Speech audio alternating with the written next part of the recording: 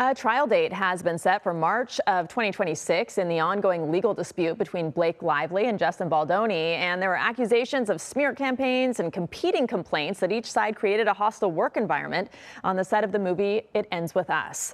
Joining us now is Neama Rahmani. He is a former federal prosecutor and the president of West Coast Trial Lawyers. Welcome back.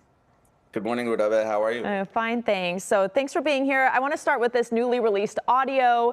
It's a message from 2 years ago. Justin Baldoni apologizing to Blake Lively for disagreeing over, I guess, potential script rewrites. Talk a little bit about that and the significance of that in terms of how it could play out in court.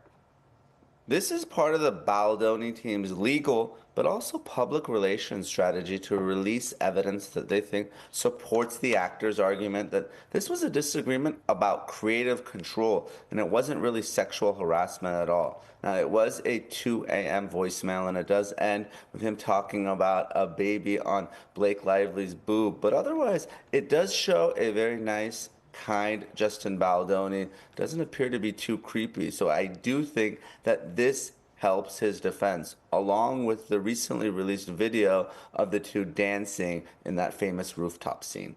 Okay, there's a lot going on every day here. It's a little hard to keep up. So let's talk about just the original complaint, how we got here. The original complaint from Blake Lively about sexual harassment on set. Then he responds to these allegations with his own lawsuit and a lawsuit against the New York Times.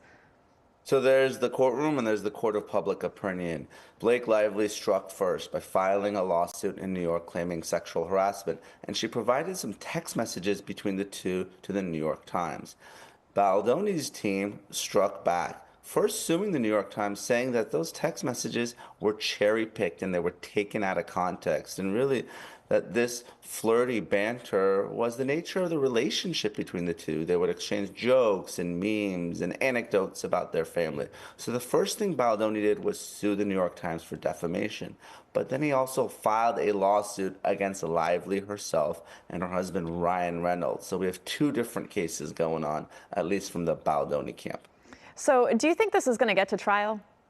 I do, because this isn't a case necessarily about money. It reminds me of Johnny Depp and Amber Heard. Well, Baldoni's trying to save his legal career. He doesn't want to be canceled. So this is as much to get his story out, to get the truth out, than it is to actually get money from Lively and Reynolds.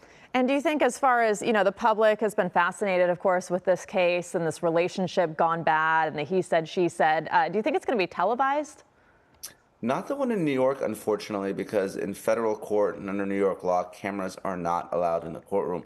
But here in Los Angeles, we know that they are. So I think that lawsuit will likely be televised, like the Johnny Depp trial. And of course, there's at least allegations that Taylor Swift was a witness to some of this. So it'll be interesting to see if she's going to be dragged into the courtroom in that California case. Yeah, it's again such a fascinating case for so many people because of what happens behind the scenes, or at least the accusations about what happens behind the scenes and all the big players involved. But what are the implications more broadly of this in terms of the public interest?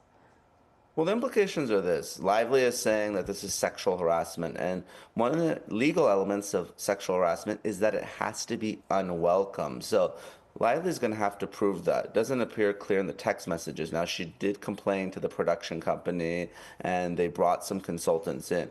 Of course, Baldoni is going to argue that this was about creative control and Lively trying to resurrect her own tarnished reputation. There are a lot of people who are watching that don't like her. So that public relations component is going to be key here. Is this another Me Too type case, or is this, a false allegation that's gone too far? The jurors are going to have to sort through that. All right, and we'll leave it there. Neama Rahmani, thank you so much for joining us. Thanks, Rudabe. Talk to you soon.